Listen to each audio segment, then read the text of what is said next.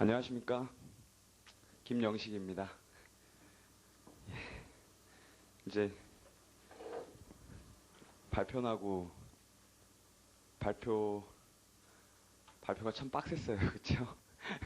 너무너무 좀 힘겹게 하는 발표였는데요. 사람 정말 올해는 더더구나 그랬던 것 같아요. 전보다.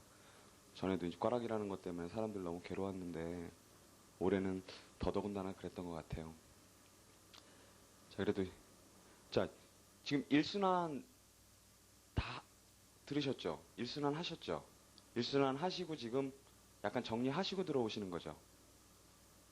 왜냐하면 제가 강의 스타일을요, 지금 두 가지를 생각을 하고 있어요. 근데 뭐냐면, 음, 지금 제가 GS를 하고 있잖아요. GS를 하고 있는데, GS 전역반을 하고 있는데, GS 전역반은 어떤 방식으로 나가느냐 하면, 14회 강의예요. 14회 강의인데, 책을 처음부터요, 1페이지부터 끝까지요, 다 문장 하나하나까지 갈래갈래 찢어가지고, 다 갈기갈기 찢고 있거든요.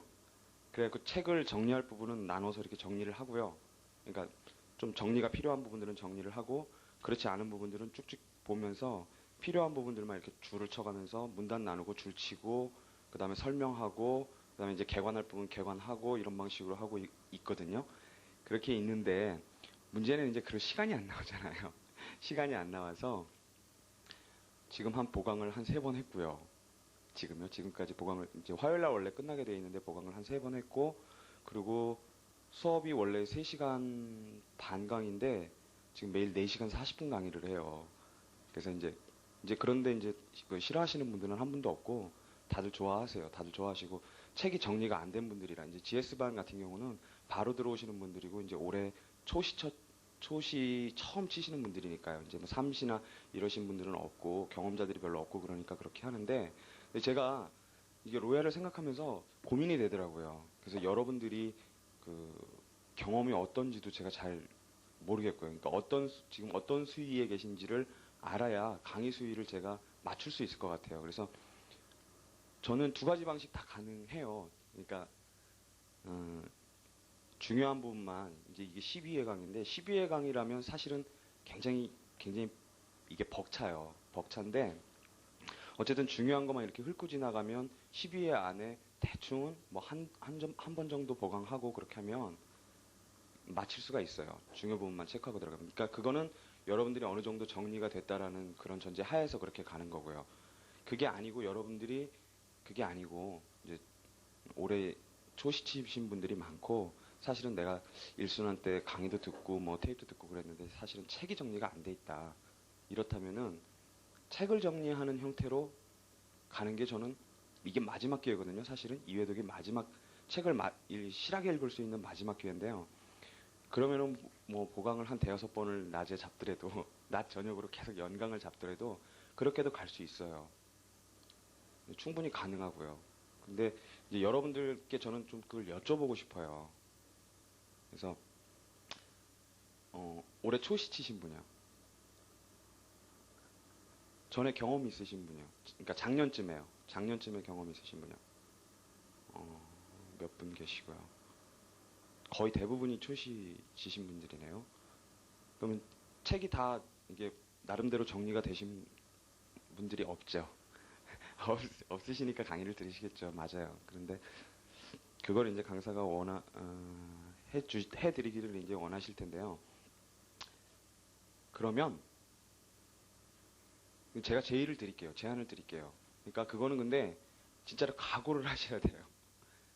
그러니까 제가 지금 말씀드리려고 하는 거는 우리 책을 1페이지부터 끝페이지까지 가요. 끝까지 가는데 그러려면은 시간이 엄청나게 필요해요. 엄청나게 필요하고 그 다음에 이게 이제 이시훈 선생님 책만큼 목차가 좋은 책도 없지만은 이시훈 선생님 책이 또 너무 압축적으로 서술되어 있어서 이게 도대체 맥락이 어떻게 되는 건지 좀 파악이 안 되는 부분들도 있고 그렇거든요. 그래서 제안을 드리는 거예요. 제안을 드리는 건데 지금 우선 조금 생각을 해보시고요. 생각을 해보시고 지금 우선 첫째 시간에는요.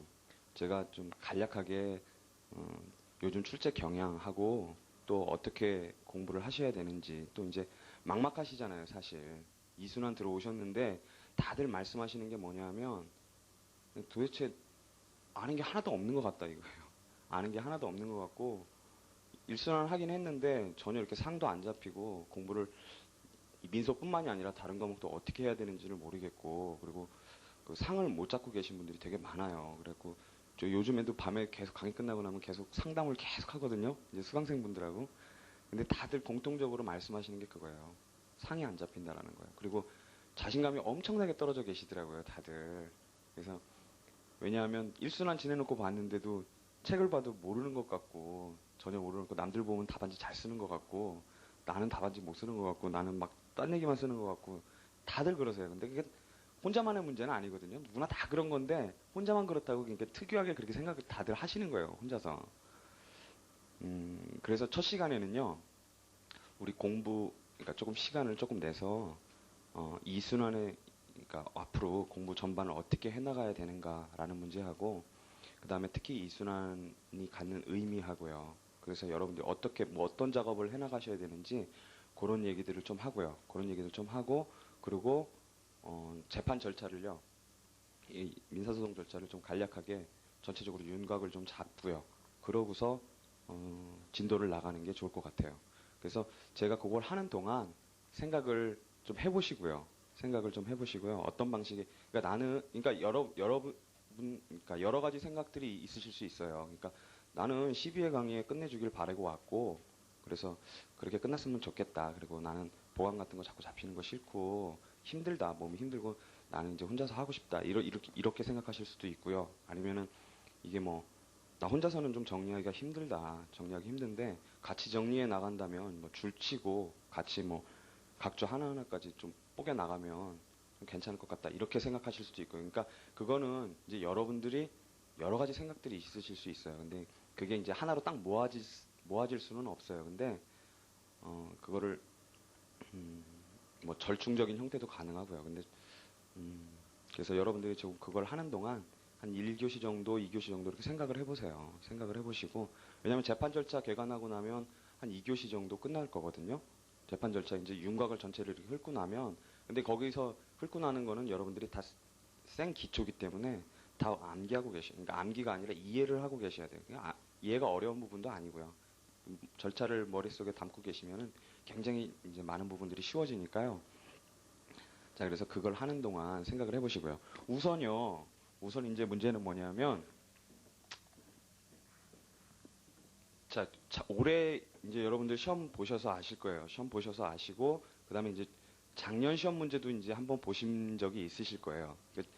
법무부로 이제 작년부터 그 시험이 이관이 됐잖아요. 시험 주무부서가 법무부로 이제 행자부에서 옮겨갔는데, 그러고 나서 출제 경향이 싹 변했어요. 출제 경향이. 그러니까 어떻게 변했냐면요. 전에는 책에 없는 걸 냈어요. 그러니까 교과서에 없는 거를 내셨어요. 교과서에 없는 거를. 그러니까 수험생들이 예를 들어서 이재상 선생님이 형선만 보고, 그 다음에 이시훈 선생님 민서만 보고, 내지는 뭐 김동희 선생님 행정법만 보고, 전에는요. 2, 3년 전에만 해도 그랬으니까요. 그렇게 하니까 이제 다른 교수 이제 그런 분들만 들어가시는 거 아니고 그런 분들 제자분들만 들어가시는 게 아니라 다른 분들 이제 다른 생각들을 가지신 분들이 들어가시는데 교과서도 각양각색이고 생각도 각양각색인데 문제는 뭐냐면 혹시 이런 거 아니 그러고서 내셨단 말이에요 문제를. 네가 보는 책에는 없는데 너 혹시 이런 거 아니 그러고서 내셨어요 문제를. 그래서 전부 다 그런 걸 대비하는 게 문제였고요. 그리고 그런 거에 막 이제 막 신경이 다 예민해져 갖고 그런 거 하나하나 찾아갖고 막 정리하고 고시 잡지 찾고 막 이러는 게 이제 주된 일이었거든요. 몇 년 전만 해도 이제 경험이 있으신 분들은 아실 거예요. 몇 년 전만 해도. 그런데 법무부로 옮겨가고 나서는 여러분들이 작년 문제나 올해 문제나 한번 보시면은요. 문제가 뭐냐면 불이탄은 안 나요. 그러니까 전의 의미에서의 그런 불이탄은 전혀 시험에 안 나거든요. 그러니까 책에 없는데 내 책에는 없고 다른 책에는 있는데 그런 거를 골라 뒤져가지고 쓰라는 문제는 안 나와요. 그 대신 어떻게 나느냐면 전반적으로 다 훑어가지고 나요. 문제들이. 그러니까 아마 올해 민소 문제도 그랬고요. 작년 민소 문제도 그렇고 전반적으로 다 알고 있는가를 물어요. 오히려 깊게 뭐 자세히 이렇게 알고 있는가를 묻는 게 아니라 전반적인 맥락을 전부 다 알고 있는가 이렇게 묻거든요. 모든 과목들이 다 그랬어요. 모든 과목들이 다 그렇고 그 다음에 뭐 이번에 법무부 관계자가 밝힌 것처럼, 그죠? 그 발표하고 나서 바로 밝힌 것처럼, 저도 이제 그걸 누누이 말씀드리던 건데 뭐냐면, 결국 교수님들이 생각이 하나예요. 뭐냐면 요약서 보지 말고, 요약서 보지 말고 기본서 봐라 이렇게 써 있지만 솔직히 요약서 보는 사람은 없죠. 요약서 보는 사람은 없는데 그거는 말이 잘못된 거고요. 사실은 교수님들 의도는 요약서를 보지 말고 교과서를 봐라는 게 아니라 누구나 다 교과서 보잖아요. 교과서 보는데 찍어보지 말라는 거거든요. 찍어서 보지 말라는 거. 그러니까 전에는 한 3, 40개 찍어갖고 시험에 들어갔어요. 그러면 그래서 붙을 수가 있었어요. 그죠? 작년에 나온 거 제끼고 재작년 나온 거 제끼고 한 3, 4년 정도 나온 거를 다 제껴버리고 그 다음에 케이스에 나올 만한 거 논점 한 두세 개 정도 있는 것들 중심으로 다 생각을 하면 찍혀요. 이게 한 3, 40개 정도 찍혀요. 그러니까 5, 60개 정도 찍으면 책 한 권 전체가 다 되고요. 한 3, 40개 찍으면 찍히거든요. 그럼 그걸 해가지고 들어가셔서 시험에 붙는 분들이 되게 많았어요. 근데 교수님들이 그걸 우려하시는 거예요. 이제 그게 싫으신 거예요. 그래서 지금은 법무부로 이관되고 나서는 다른 책에 있는 건 안 나지만 이제는 어떤 식으로 문제를 내냐면, 그러니까 그거 아주 적나라하게 그거예요. 작년에 나왔는데 공부 안 하겠지? 찍어서 공부 안 하겠지? 이렇게 생각하시고 그거 내시는 거예요. 그 논점으로 행정법도 그렇죠. 그죠? 형소법도 일부 상소 부분에서 누가 나올 거라고 누가 아무도 상상 못 했어요. 그날 아침에. 근데 왜냐하면 바로 직전에 나온 거니까요. 그 부분에서 나왔으니까 물론 포괄일제가 나온 건 아니었지만 또 나올 거라고는 상상도 못했단 말이죠. 근데 냈어요. 그 다음에 행정법도요. 기속력 작년에 나왔는데 또 냈어요. 그 다음에 행정법에서 공물도요. 공물법도 재작년인가 이렇게 나왔는데 안 나올 거라고 생각해서 공물법은 공부를 다들 안 하시고 들어갔어요. 전날. 그런데 또 냈어요. 그리고 그게 행정법이나 그 비단 거기뿐만이 아니라 다 그래요. 민소도 그래요. 민소도 작년에 변론주의 전반에 대해서 알고 있느냐고 그렇게 물었는데 올해도 또 그렇게 냈어요. 기본으로 처분권주의나 변론주의에 대해서 제대로 알고 있느냐라고 물으면서 또 문제를 냈다고요. 그거는 뭐냐면 결국은 요약서 보지 말라는 얘기는 그건 잘못된 얘기고 법무 관계자가 잘못된 말을 하는 거고, 찍어서 보지 말라는 거예요. 찍어서 보지 말고 책을 처음부터 끝까지, 물론 이제 버릴 부분들도 있죠. 버릴 부분들도 있고 쭉쭉 연필로 X자 거버릴 부분들도 있는데 그런 부분들 말고 제대로 이제 전반적으로 다 알고 있느냐, 이렇게 전날 다 보고 들어왔느냐를 묻는 거예요. 그게 지금의 출제 경향이에요. 이제 그렇다면 이제 결론은 하나예요. 이제 다 보시고 들어가야 돼요. 다 보시고 들어가야 되는데 문제는 뭐냐면 한번 시험 때 생각을 해보세요. 시험 때요. 시험 때 생각을 해보시면요. 이제 첫날 아침에 헌법을 보시고 행정법을 보세요. 행정법 보시고 그 다음에 상법을 보시고 민법을 보시죠. 그 다음에 민소 보고 그 다음에 형법 보고 형소 이렇게 봐요. 그러면 여기가 점심시간인데요. 헌법하고 행정법은요, 그 전날 준비가 가능해요.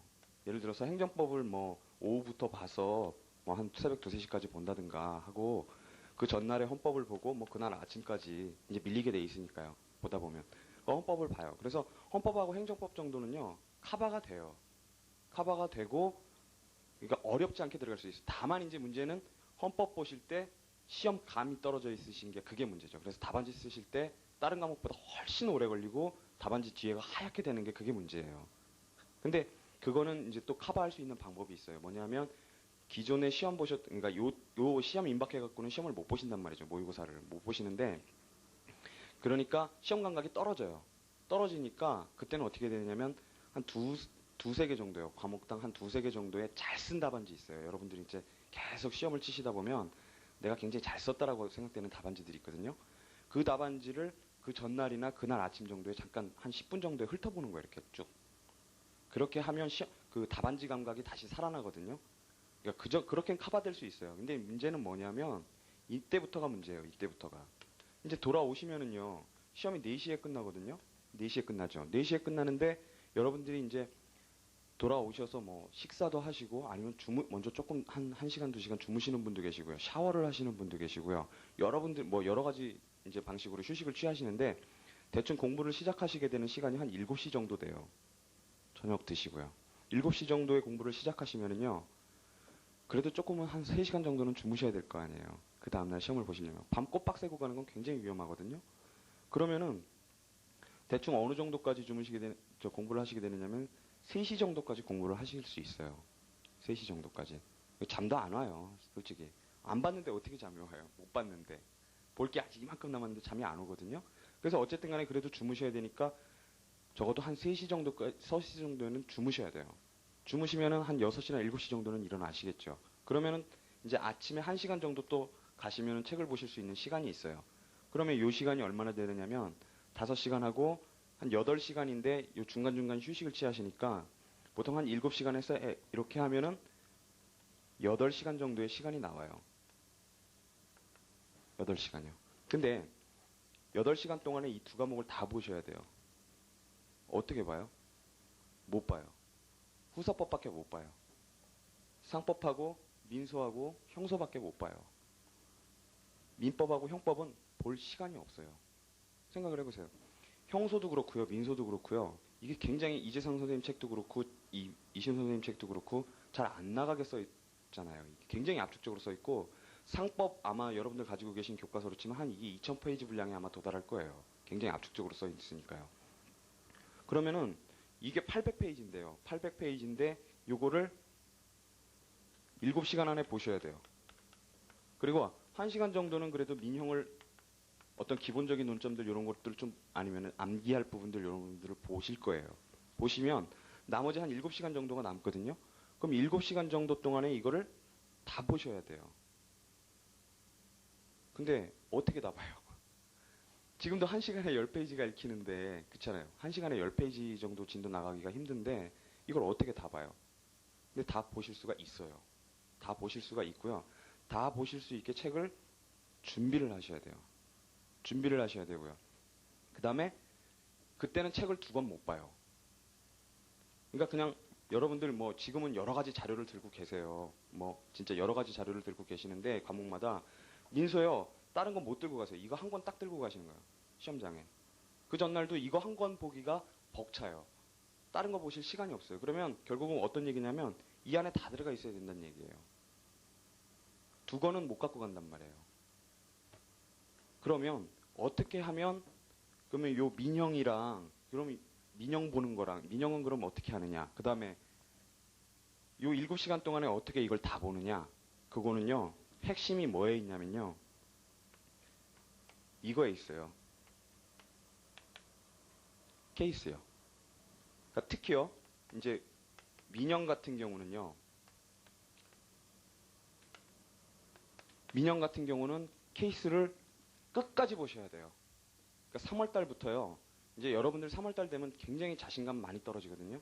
왜냐하면 1차 붙고 이제 1차 시험 치시고 뛰어드시는 분들이 여러분들이 이제 심리적으로 위협을 줘요. 압박감을 줘요. 그러니까 어떤 생각이 드냐, 어떤 느낌이 드냐면 저는 분명히 이순환을 했어요. 이순환을 했고 후사법을 2번을 받고 내지는 예비순환까지 해서 3번을 봤어요. 근데 잘 모르는 것 같아요. 잘 모르는데 헌민형은 더 몰라요. 헌민형은 더 모르는 것 같은데 동차하러 뛰어드는 사람들 보니까 헌민형은 나보다 훨씬 잘 알아요. 그리고 지금 막 동차반 강의를 들으면서 막 이제 여러분들이 올해 기득권자들에게 주셨던 느낌이에요, 그게. 헌민형은 나보다 훨씬 잘 알고 후사법도 얘기하는 거 들어보면 다 익혀가는 것 같아요. 제가 지금 하고 있는 것보다 더 익혀가는 것 같아요. 그래서 심리적으로 엄청나게 압박감을 느끼실 때예요, 그때가. 근데 물론 이제 그런 압박감은요, 버려야 돼요. 버리고 누구나 다 지금 그 중에서는 100명밖에 안 돼요, 동차로. 100명이요. 100명밖에 안 되고 나머지 900명을 2,500명 중에서 갈라먹는 거예요. 갈라먹는다는 표현이 좀 그렇지만 그렇단 말이에요. 2,500인데 사실 그게 또 실경쟁률이냐? 그렇지도 않거든요. 왜냐하면 3월 달에 반이 떨어져 나가요. 3월 달에 심리적으로 압박감을 느끼셔서 심리적으로, 그러니까 책장은 넘기시지만 심리적으로 포기한 분들이 한 반이 돼요. 그러면 한 1,250명 남는다고요. 1,250명 중에 900명인데요. 그 중에 또 반이요. 한 5월달 되면 포기를 해요. 결국은 실경쟁률이 1대1이에요. 무슨 얘기냐면 자기 자신과의 싸움이에요. 그 얘기는 뒤집어서 얘기하면 자신감 문제예요. 자신감 문제. 그러니까 자신감을 시험장까지 갖고 들어가는 사람하고 시험장 들어가고 자신감 없는 사람하고요. 법전 찾을 때 틀려져요. 법전 찾을 때. 그 의욕하고 눈빛하고가 틀려요. 속도하고. 그러니까 어떤 문제 불있다가 딱 그 현장 조작해야 되는 문제가 딱 떴을 때요. 올해 증인과 뭐 참고인을 비교하시오라는 문제처럼요. 그 누가 준비하고 들어가요? 아무도 못 준비하고 들어가거든요. 그거는 그냥 현장 조작할 수밖에 없어요. 근데 현장 조작하는데 자신감이 없는 사람은요. 다른 사람은 다 알겠지 하는 생각이 드는 거예요. 다른 사람은 다 알겠지. 나만 모를 거야. 나 큰일 났다. 그 순간에 이런, 그러니까 머릿속이 하얘지면서 법전을 찾을 생각이 안 들어요.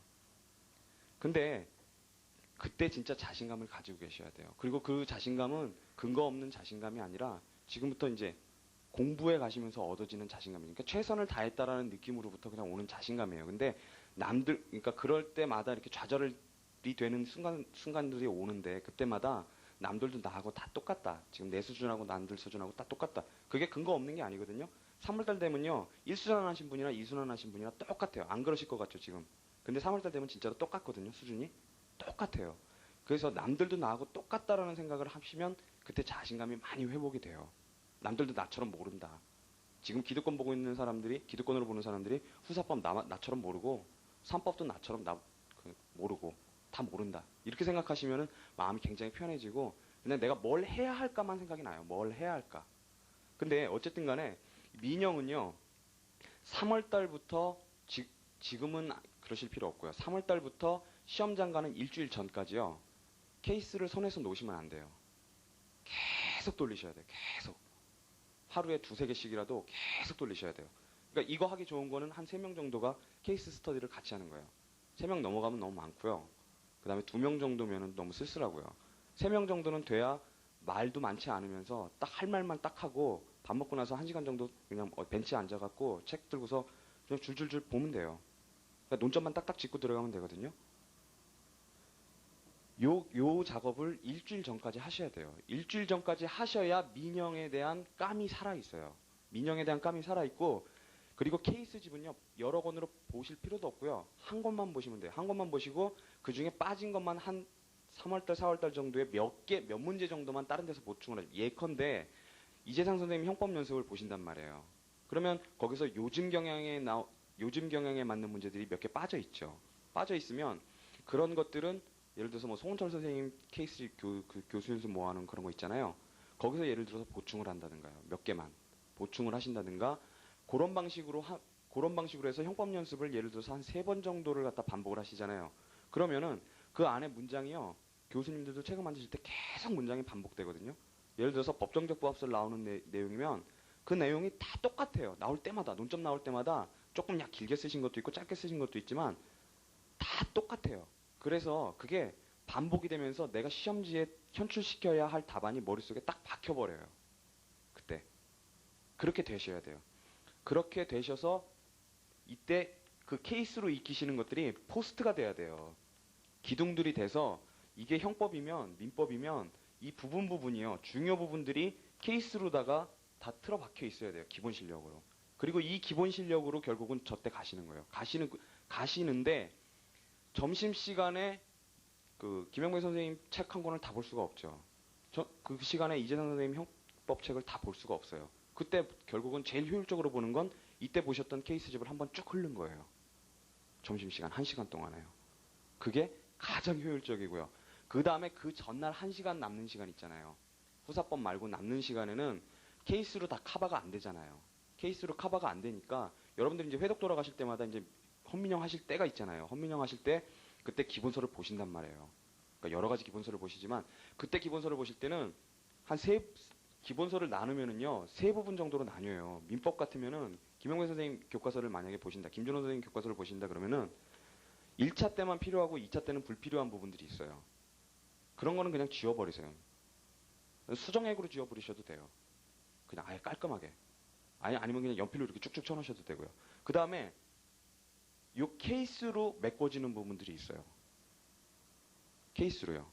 예를 들어서 뭐 불법행위라든가 뭐 아주 여러 부분들, 채무불이행이라든가 뭐 담보 책임이라든가 뭐 이런 부분들이 이렇게 케이스로 메꿔지는 부분들이 있어요. 불완전이행이라든가 뭐 이런 부분들이요. 그럼 그런 부분들은 책에 줄을 그실 필요가 없어요. 뭐만 2순환, 3순환 동안에 준비하시면 되냐면 이 부분이에요.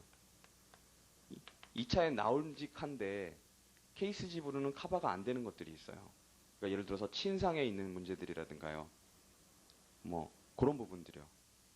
그러니까 그런 부분들을 기본서로 정리를 하시는 거예요. 그런 부분들을 걸러 나가는 작업을 지금 하시는 거예요. 하시고 그러면 시험 전날은 이 부분을 중심으로 보시고요. 그러니까 올해 같은 경우도 상계가 그게 절대 케이스로 커버되는 부분이 아니잖아요. 그렇다고 보통 때 보는 부분도 아니고요. 근데 그 부분이 바로 이 부분이거든요. 이건 전날 안 보면은 그날 법정 갖고 조작할 수밖에 없는데 그러면 많이 빠져나가죠. 전날은 바로 이 부분을 보시는 거고요. 그 다음에 점심시간에는 이 포스트들을 다시 한번 쫙 1시간 동안에 다 훑으실 수 있어요. 3번 보시면은요.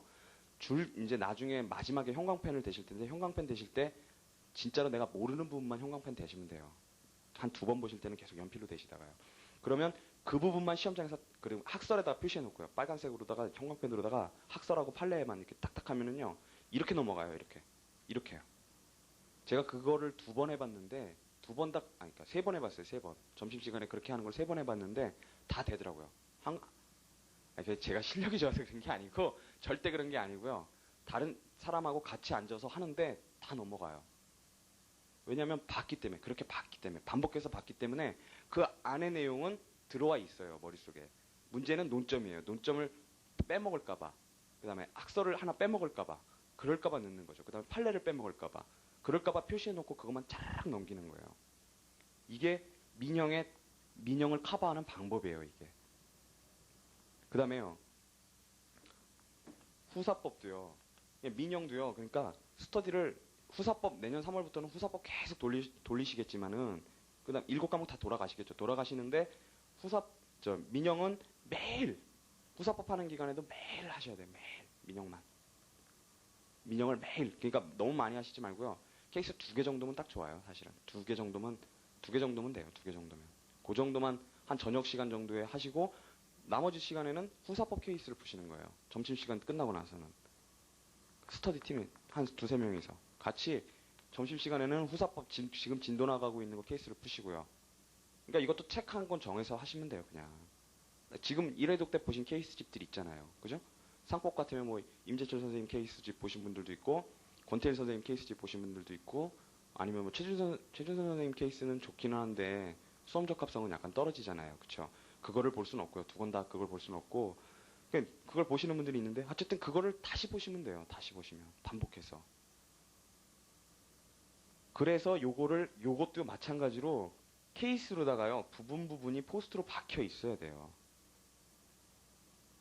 그러니까 그 얘기는 뭐냐면 여러분들이 지금도 물론 강의를 들으시지만요. 지금도 사실은 그 케이스 스터디는 계속 해나가셔야 돼요. 지금도요. 지금 이게 첫 과목이잖아요. 여러분들 로얄반 첫 과목인데 여러분들이 지금 이제 과목 돌아가고 있죠. 과목 돌아가고 있는데 스터디를 하시는 분들도 있고 안 하시는 분들도 있어요. 근데 제가 진짜 제안 드리고 싶은 거는 빨리 스터디를 짜세요. 안 하고 계시면요. 케이스 스터디를요. 그래서 한 3명 정도 마음 맞는 사람 3명 정도요. 그러니까 스트레스 서로 안 주는 사람 3명 정도 하셔가지고 케이스를 계속 풀어가세요. 이 강의 듣는 동안에도 시간 내셔서 케이스 풀으시고요. 그 다음에 끝나고 나서도 다른 과목 하실 때도 그 케이스 계속 푸세요. 책 하나 정하셔가지고 1회독 때 보셨던 거 다시 보시는 게 제일 좋아요. 그러면 자신감이 생겨요. 그러면 한 3번 정도를 이렇게 반복을 하시고 케이스를 반복을 하시고 들어가시면요. 자, 부분이 논점들이 다 케이스로 그냥 머릿속에 도배가 돼 있어요. 그러니까 나중에 막판에 제목만 봐도 딱 떠올라요. 제목만 보면 안의 내용은 어떻게든 조작이 가능하거든요. 근데 이제 학설 이름이 안 떠오르기 때문에 사실은 그게 문제란 말이에요. 근데 케이스를 계속 반복하시면 그게 돼요. 그게 되고요. 그 다음에 또 한 가지 중요한 점은 책을 정리를 해나가셔야 돼요. 책을. 그러니까 여러분들 상법 임재철 선생님 책 보시는 분이요. 정찬영 선생님 책 보시는 분이요. 신강 보시는 분이요. 거의 임재철 선생님 책 많이 보시네요. 그러니까 임재철 선생님 책이나 정찬영 선생님 책이나 책이 한 목차 안에 줄줄줄줄줄 이렇게 써 있죠. 그 안에 논점 여러 개가 있잖아요. 그거를 분해해 놓으셔야 돼요. 그러니까 어떻게 분해해 놓느냐? 책 옆에다가 그러니까 다 그럴 필요는 없고요. 필요한 부분들 있잖아요. 필요한 부분들. 그 부분 뭐 안 읽어도 되는 부분들 되게 많잖아요. 그것에. 근데 필요한 부분에만 목차를 구성해 놓으세요. 그러니까 목차를 구성해 놓는다는 게 단문을 준비하라는 게 아니라 한눈에 봤을 때, 그러니까 내가 이렇게 넘어갈 때요. 여러분들 시험 전날에는 이렇게 볼 수밖에 없어요, 책을. 이렇게 보실 수밖에 없거든요. 근데 이렇게 보는 게 가능한 게, 그러니까 물론 중요한 부분은 이렇게 보죠. 이렇게 보고 이렇게 보는데 그게 가능하려면 조금 약간 불필요한 부분이나 케이스로 딱 머릿속에 박혀 있는 부분들은 옆에 목차가 달려 있어야 돼요. 책 옆에. 책 옆에 목차가 달려 있으면 그 논점이 뭐구나라는 게 눈에 탁 들어오면서 10초 안에 넘어가는 거예요. 한 페이지가. 한 장이. 그게 가능하려면은 여러분들이 지금부터 책을 구성해 나가셔야 돼요. 과목마다. 형소도 마찬가지죠. 형소도. 이재상 선생님 책도 마찬가지고요. 상법책도 마찬가지고. 근데 이병철 선생님 책, 행정법 보통 이병철 선생님 책 보시죠. 이병철 선생님 책은 목차 그렇게 안 좋은 부분이 몇 부분 없잖아요. 그죠? 대부분 다 목차가 잘 구성돼 있고요. 그러니까 그런 거 빼놓고는 다 구성을 해 놓으셔야 돼요. 민소도 그렇고요. 민소도 그렇게 정리를 하셔야 되는 부분이 부분이 있어요. 특히 당사자 같은 부분이요. 그러니까 예를 들어서 무슨 당사자 능력 부분을 보시면은요. 이게 도대체 무슨 말인지 알아먹을 수가 없어요. 여러분들. 이시훈 선생님 책 그 당사자 능력 부분을 한번 보시면은요. 한번 볼까요? 어디죠?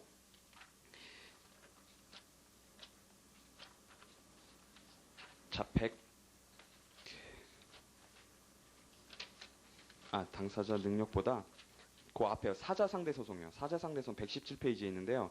사자상대 소송 한번 보시면은요. 이게 소재기 전에 사망해놓고 A, B, C가 있어요. A, B가 있어요. 근데 여기 세 가지 내용이 들어있거든요. 이 A, B 안에요. 세 가지 내용이 들어있는데 그게 갈라놓지를 않으면 안 보여요. 이게 그냥 쭉 써 있는 것처럼 보이지 이게 어떻게 이렇게 대별이 되는지가 안 보여요. 그러니까 예를 들어서 A는요. 그게 상속인이 관여 없을 때 얘기고요. B에서 첫째 문단은 그게 상속인이 관여할 때 얘기예요. 그 다음 문단은 소송 중에 그게 판명이 났을 때의 조치거든요. 근데 그렇게 안 나눠 놓으시면은 이게 눈에 안 보여요. 그냥 그게 없다고 한번 생각해 보세요. 여러분 책에 그게 없죠, 지금. 없는데 이렇게 보시면은요. 그냥 줄줄줄줄줄 읽어 나가시면서 그냥 그런가 보다 그러고 넘어가시지 이게 탁 눈에 안 들어와요. 논점이 팍 안 들어오거든요. 그러니까 요런 부분처럼 이렇게 해 놓으셔야 되는 부분. 그 옆에 페이지도 마찬가지예요. 법인격 부인도요. 법인격 부인도 마치요. 거기 학설 3개가 쭉 나오죠. 뭐 소송승계설, 임당변설, 수정임당변설 이렇게 나오고서 우리 판례는 그렇게 나와요. 근데 마치 이게 병렬적으로 학설태도 판례태도 이렇게 나온 것처럼 보이지만 그건 아니거든요. 판례는 별개 문제예요. 지금 여기서. 그러니까 맥락은 물론 있어요. 맥락은 그거에 비추어 봤을 때 그 판결의 효력이라는 점에 비추어 봤을 때 이렇게 될 것이다라는 맥락은 있지만 사실은 이 논점하고 이 논점은 사실은 별개의 논점이에요. 별개의 논점인데 병렬적으로 써놓으셨단 말이에요. 그거를 체크를 안 해놓으시면은 이게 같이 쓰게 되시는 거예요, 답안지에. 그래서 하여튼 케이스로 준비하시는 거 하고요. 케이스 스터디 하시는 거 하고 케이스로 논점 박아나가시는 거 하고요. 그러니까 포스트 박아나가시는 거 하고 그 다음에 부분 책 정리가 필요한 부분들의 과목별로 다 책을 정리하시는 거 하고요. 그게 여러분들이 꼭 이순환 때 해놓으셔야 될 부분이에요. 3월달 되면은요. 3월달, 4월달 동안에 여러분들이 삼수환을 해요. 그러면은 8주죠. 8주 내지 9주인데요. 8주 내지 9주 동안에 7과목이 돌아가려면 결국 한 과목당 열흘이 안 나와요. 한 일주일, 8일 정도 나와요. 8일 정도. 그럼 8일 정도 동안에 이 책을 다 보셔야 된다는 얘기예요. 그러면은 8일 동안에 민소를 다 보시려면은 하루에 100페이지를 나가셔야 된다는 얘기죠. 하루에 100페이지 나가기 굉장히 벅차잖아요. 굉장히 벅차거든요. 그때는 기본서를 실하게 이렇게 멈춰가지고 연구하면서 읽을 시간이 전혀 없어요. 고민하고 읽을 시간이 전혀 없고요. 그 시간은 지금이 마지막이에요. 이순환이.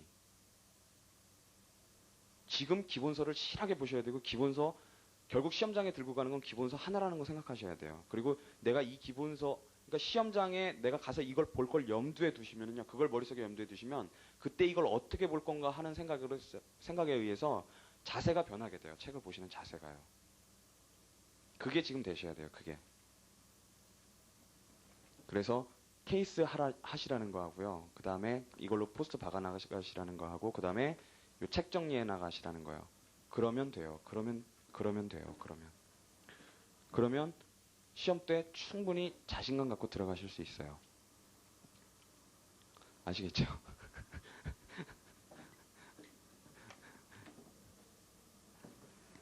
그리고요, 제일 중요한 건 아까 말씀드렸다시피 자신감이에요.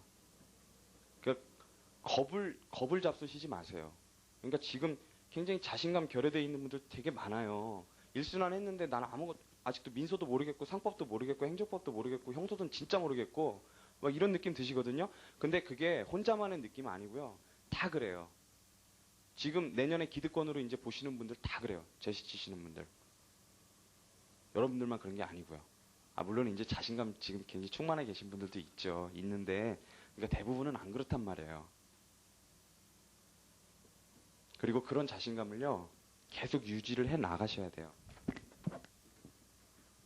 절대 자신감 이렇게 떨어뜨리지 마시고요. 그러려면은 또 자신감 떨어뜨리게 되는 그런 것들도 하지 말으셔야 되고요.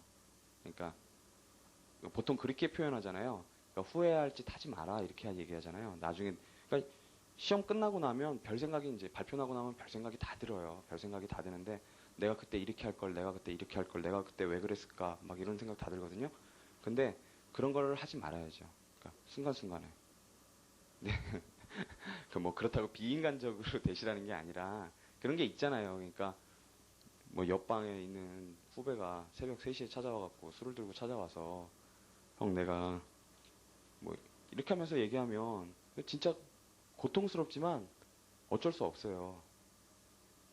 그게 어쩔 수 없어요. 그거는 진짜.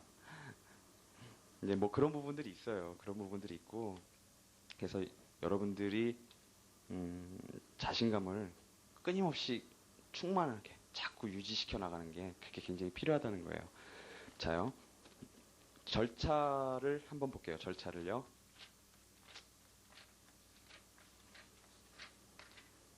첫 시간이라 되게 서먹서먹 하신 것 같아요. 어제도 GS 오후 저녁 더블로 강의를 하고 그렇게 제 목이 잠겨 있잖아요. 그래서 그런 건데 분위기 이렇게 화기애애하거든요. 화기애애한데 서먹서먹한 분위기 들어오니까 되게 적응이 안 되네요. 자, 민사소송 절차 경과는요. 우리 책에 보면 제일 첫 부분에 나와요. 제일 첫 부분에 보시면은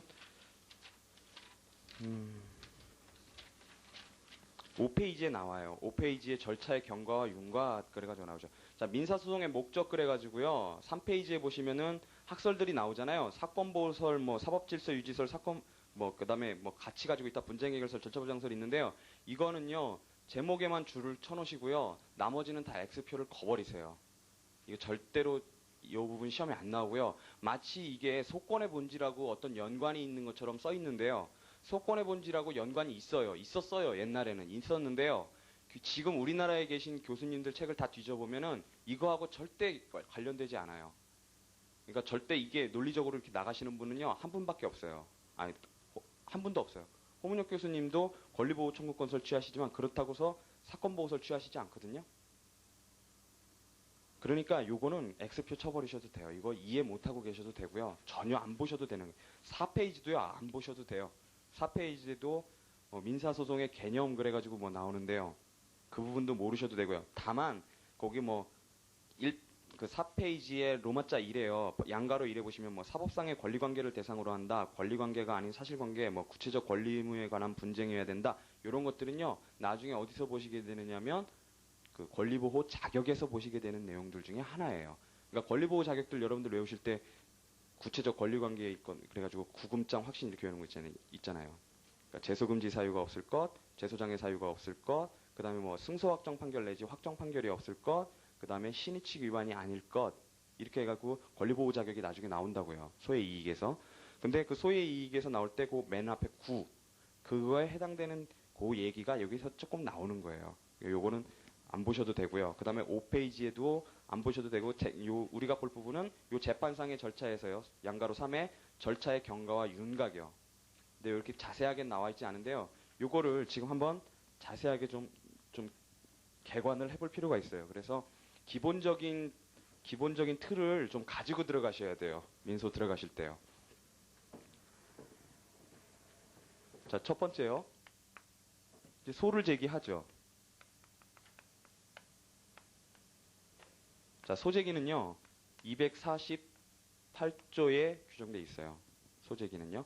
248조부터 우리가 지금 보는 절차의 윤곽이 첫 부분이 소재기 후에 조치 뭐 이런 것들이요. 다 그 뒤에 쭈르륵 연달아 나와요. 보시면은요. 여러분들 법전도요. 보실 때 이게 되게 체계적으로 돼 있거든요. 그래서 법전도요. 주제를 법전 위에다가 좀 적어 놓으실 필요가 있어요. 항상 법전 공부하실 때요. 그러니까 그리고 법전도 파트를 이렇게 잘라 놓으실 필요가 있어요. 이게 파트별로 돼 있거든요. 보면은 주제가 끊기는 부분들이 있어요. 그런 거를 쭉쭉 줄로 이렇게 거 놓으실 필요가 있어요. 자, 248조 보시면은 소재기 방식 나오고 249조에 소장 기재 사항이 나와요. 그 다음에 250조부터 253조에 갑자기 딴 얘기가 나와요. 특이한 소들이 나와요. 그러니까 그 부분은 딴 얘기고요. 증서 진부 확인, 장래 이행, 정기금 판결 변경, 그 다음에 객관적 병합 이렇게 나오고요. 254조부터 다시 그 후에 절차들이 쭈루루룩 시작되는 거예요.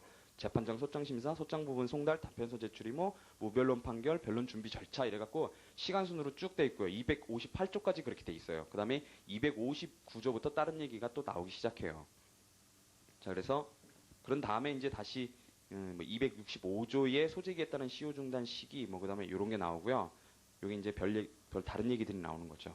자, 그래서 248조의 소재기가 나오는데 소재기는 원칙적으로요. 소장을 제출하라 그랬어요. 소장을 제출하는 즉 서면에 의하는 거고요. 근데 예외가 있는 게 소액이 구술로다가 제소가 가능하죠. 구술 제소가 가능한 게 소액의 예외가 있고요. 근데 요거에 의해서 소장 제출에 의해서 결국은 소송의 3요소가 특정이 돼요.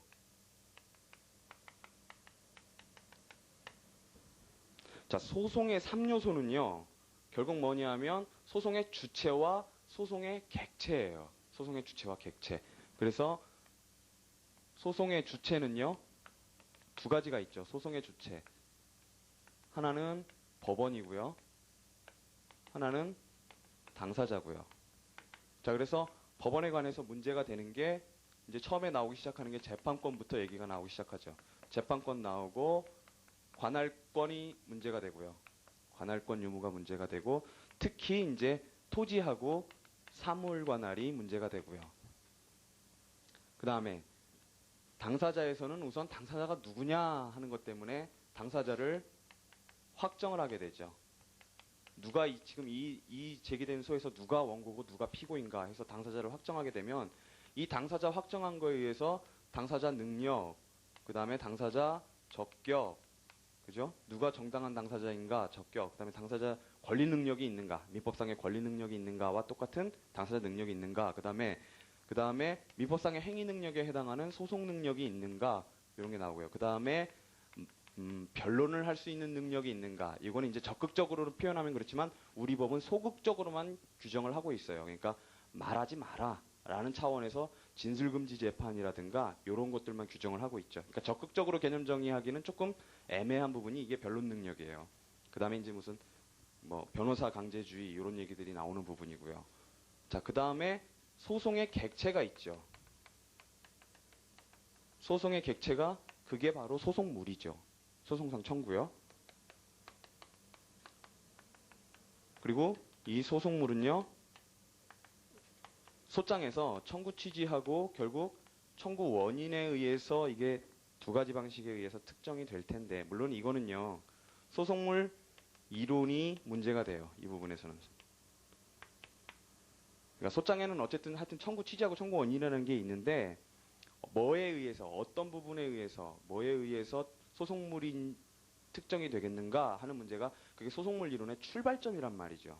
그러니까 소송물 이론이 문제되는 부분이 크게 8가지가 있어요. 그러니까 병합, 청구 변경, 그 다음에 중복제소, 기판력, 제소금지, 그 다음에 처분권주의 위반인가, 그 다음에 시효 중단의 범위, 그 다음에 이제 이 청구의 특정형 이렇게 나중에 볼 거예요. 병변중기제 이시훈 선생님 책에 있는 거예요. 병변중기제 처시특해갖고 8가지가 있는데 그건 어쨌든 간에 출발점은 청구의 특정이라는 거예요. 그건 나중에 이제 소송물 이론을 우리가 여러분들이 소송물 이론을 제대로 이해 못하고 있는 분들이 굉장히 많아요. 이시훈 선생님 책에 특히나 일분지설 전제 하에 써있기 때문에 오해의 소지가 굉장히 많게 써져 있거든요. 그건 나중에 좀 자세하게 볼 거고요.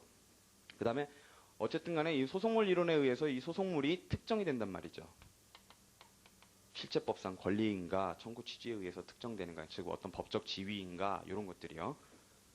문제가 되는데 자 이거에 의해서요.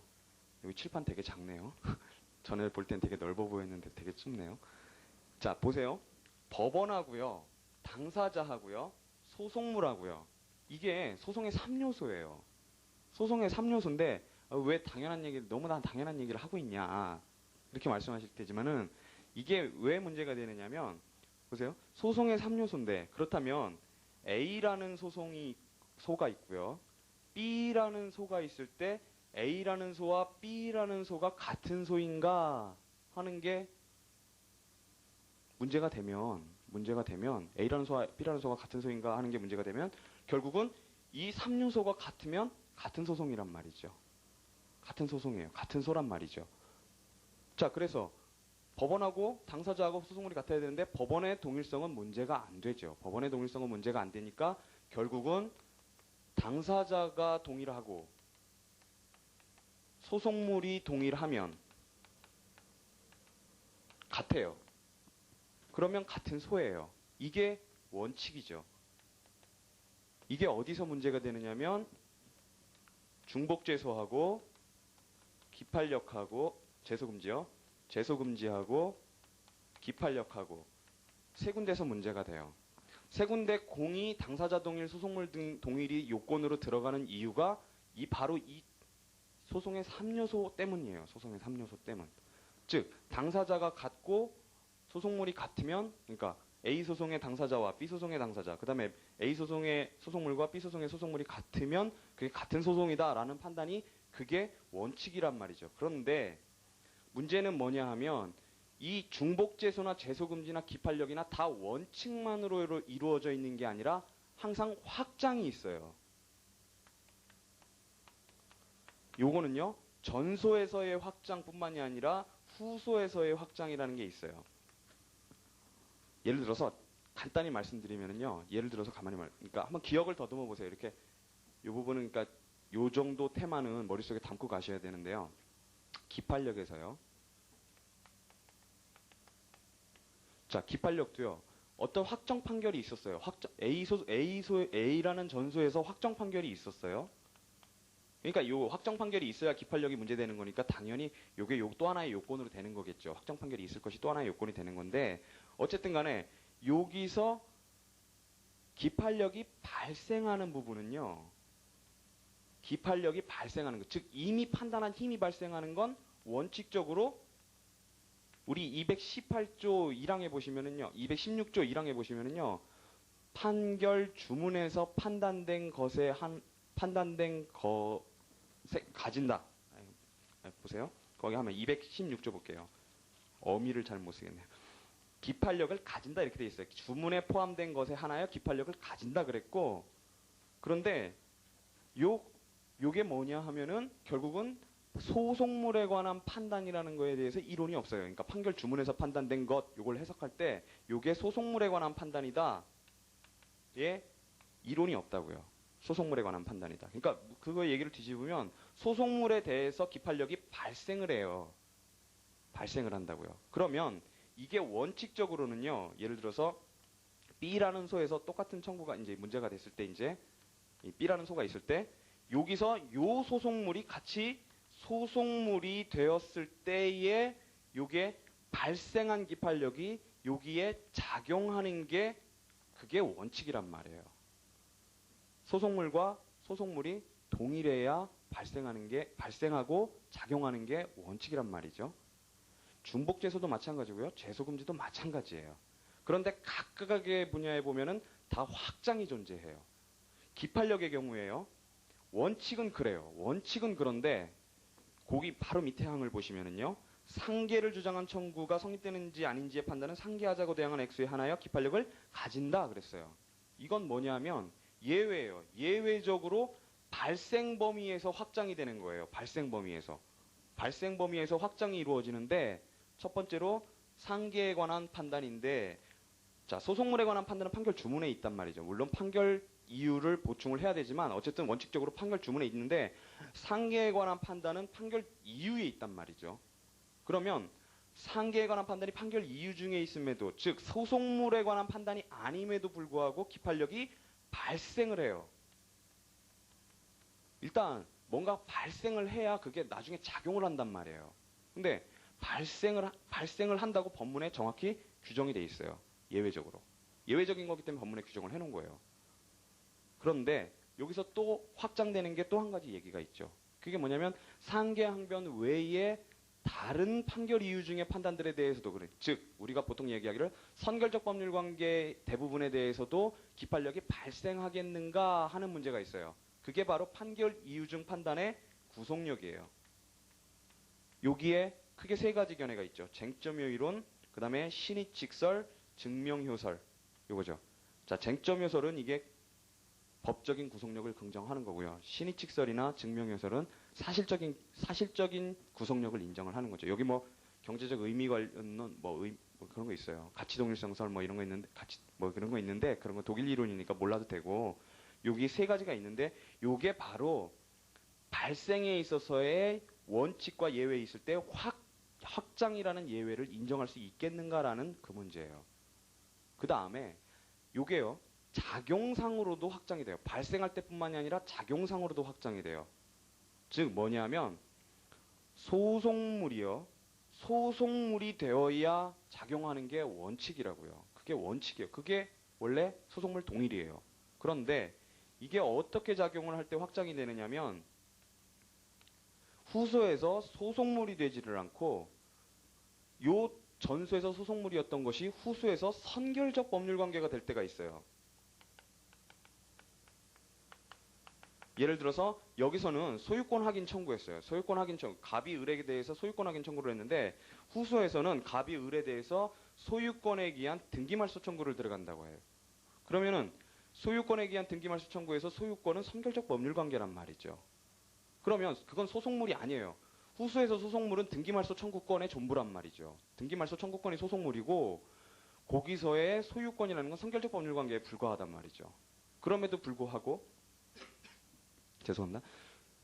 그럼에도 불구하고 여기에 소송물에 관한 판단에 대해서 발생한 기판력이 이거에 작용을 하죠. 그걸 우리가 뭐라고 부르느냐면 선결관계라고 불러요. 선결관계효라고 불러요. 선결관계효. 이런 관계를 선결관계라고 그러고 여기에 미치는 이 효력을 선결관계효라고 불러요. 기판력이 작용하는 그 국면을 그렇게 모습을. 그 다음에 원래 같은 소송물이어야 됨에도 불구하고 요 소송물과 논리적으로 반대된 소송물 내지는 모순된 소송물일 때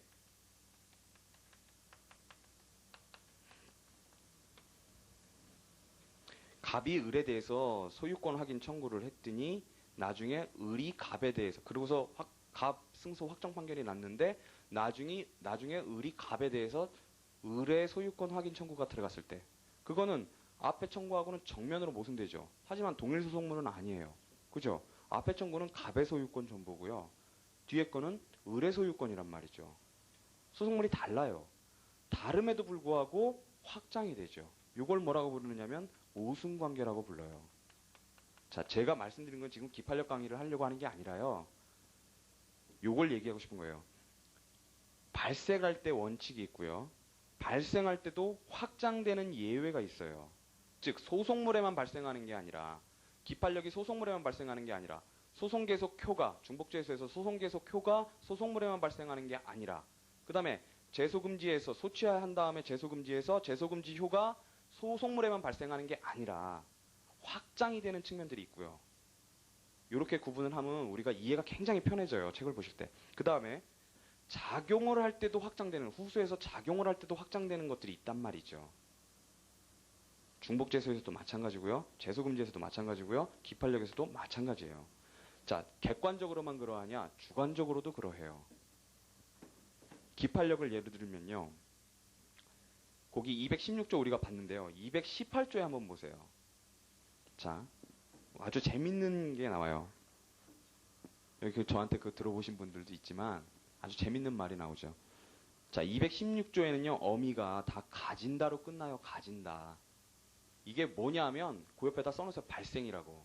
가진다는 기판력이 발생하는 걸 얘기하는 거예요. 근데 우리는 기판력 부분을 이시훈 선생님 책을 읽다 보면 전부 미친다라고만 써 있어가지고 다 그냥 기판력이 이게 발생하는 건지 작용하는 건지가 도저히 구분이 안 되게 써 있어요. 그게 사람을 환장하게 만드는 건데요. 218조를 보세요. 우리 입법자들이 미친 것도 아닌데 거기는 기판력이 미친다 이렇게 써 있어요. 218조 1항과요. 218조 3항에 보시면 효력이 미친다 이렇게 써 있단 말이죠. 자, 제목은요. 216조도 기판력의 객관적 범위고요. 그 다음에 218조도 기판력의 주관적 범위예요. 그럼에도 불구하고 하나는 가진다고 하나는 미친다로 끝나요. 근데 이거에 대해서 설명해 주는 분은 한 분도 없어요. 교수님들이. 왜요? 다 알고 있을 거라고 생각하시니까 설명을 안 해주세요. 뭐냐면 216조는 발생 범위를 규정해 놓은 규정이에요. 그 다음에 218조는 작용 범위를 규정해 놓은 조항이에요. 즉 뭐냐면 218조에 보시면 우선 이것도요. 당사자가 동일할 때, 그러니까 동일한 당사자에 대해서 기판력이 발생하고 소송계속효가 발생하고 재소금지효가 즉 동일한 원고에 대해서 발생한단 말이죠. 그렇지만 그게 작용을 할 때는요.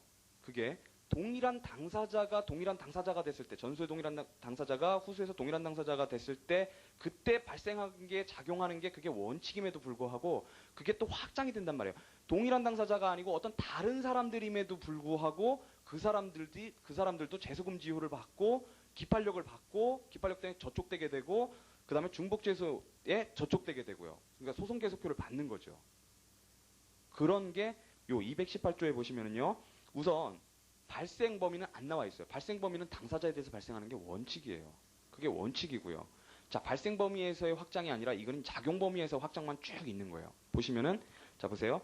변론 종결 후에 승계인, 그러니까 당사자에 당연히 작용하고요. 변론 종결한 뒤에 승계인에 작용을 하고요. 218조 3항에 보시면은 다른 사람을 위하여 원고나 피고가 된 사람, 즉 소송 담당자에 대한 확정 판결은 그 다른 사람, 즉 피담당자에 대하여도 효력이 미친다 이렇게 돼 있단 말이죠.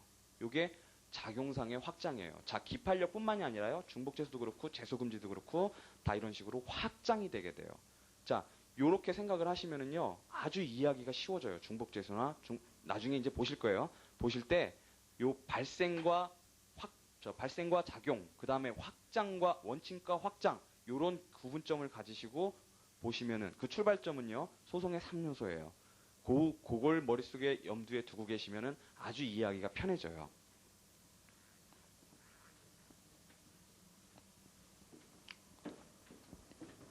자, 그 다음에요.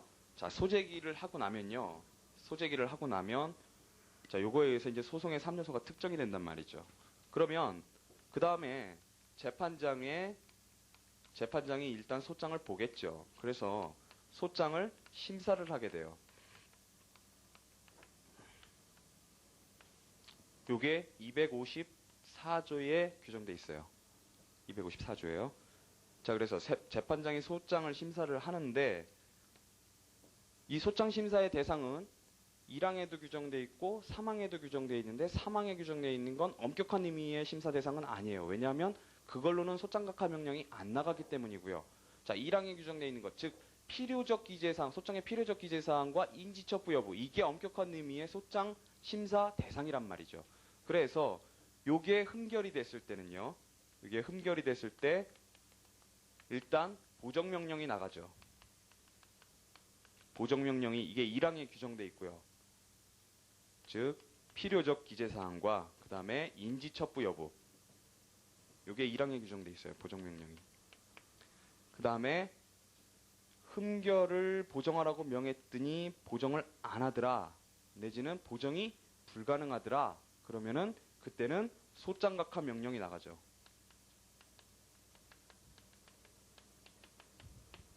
소장각하 명령이 요게 3항에 규정돼 있고요. 단 소장각하 명령을 언제까지 할 수 있느냐, 즉 소각하를 해야 되느냐 소장각하를 해야 되느냐의 구분점을 어느 시기까지 둬야 되느냐에 대해서 나중에 보시겠지만 요게 견해 대립이 있어요. 즉 소송 계속 시까지 갈 수 있다는, 소송 계속 시, 즉 소장 부분을 피고에게 송달할 때까지, 송달 시까지 할 수 있다는 설이 있고요.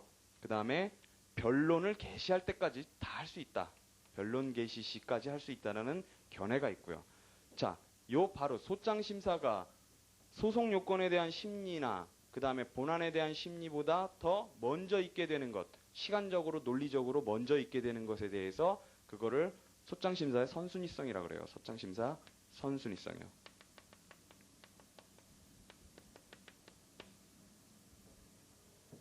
자, 그래서 이렇게 돼서 이제 보정이 된다거나 원래 문제가 없었다 그러면은 그 다음 절차로 넘어가게 되죠. 그 다음 절차가 뭐냐 하면 이제 소장에 문제가 없으니까요. 이제 소장을 피고한테 보내줘야죠.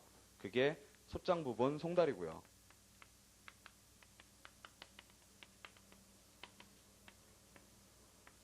자, 소장 부분을 송달하고 나면 이게 이제 피고에 송달해 주는 거죠. 이게 255조에 규정돼 있고요. 이 소장 부분을 송달하면서 이제 우리 신법에서는 30일 내에 답변서를 제출하라고 요구를 해요. 의무를 부과했죠. 답변서 제출 의무를 같이 부과하도록 규정해 놓고 있어요.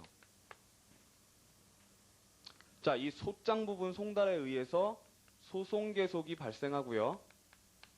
소송 계속이 발생하고 이 소송 계속의 효과로서 중복죄소가 문제가 되죠. 자, 중복죄소는 소재기의 효과가 아니라 소재기의 효과인 소송 계속의 효과죠. 그래서 우리 중복죄소 요건으로 소송 계속 중, 그러니까 전소 소송 계속 중 후소의 소송 계속이 있을 것, 이게 원래 요건이란 말이죠.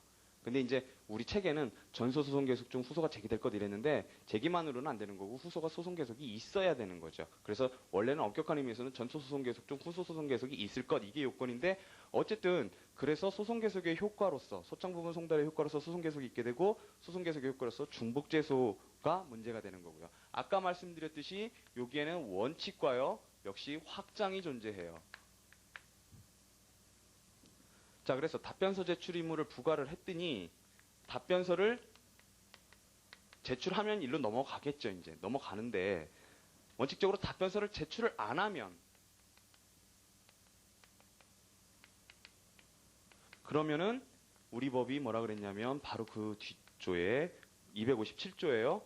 무변론 판결을 할 수 있다 그랬어요. 전부 자백 간주한 걸로 보고, 즉 청구원인 사실에 대해서 전부 자백 간주한 걸로 보고 무변론 원고 승소 판결이 나간다 그랬고요. 이게 257조고요. 그 다음에 답변서를 제출을 하긴 했는데 이게 모두 자백하는 내용의 그 답변서더라. 그러면은 요게 2항에서요. 요때도 역시 무변론 판결이 나가요. 자, 요렇게 새길로 안 빠지고 답변서를 제출했고 다투는 취지의 답변서를 제출을 하면 그 다음 절차로 넘어가죠. 즉 답변서 제출이요.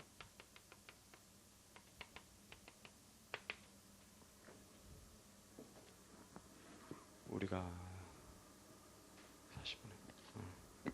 40분에 10분만 쉬시고 하겠습니다.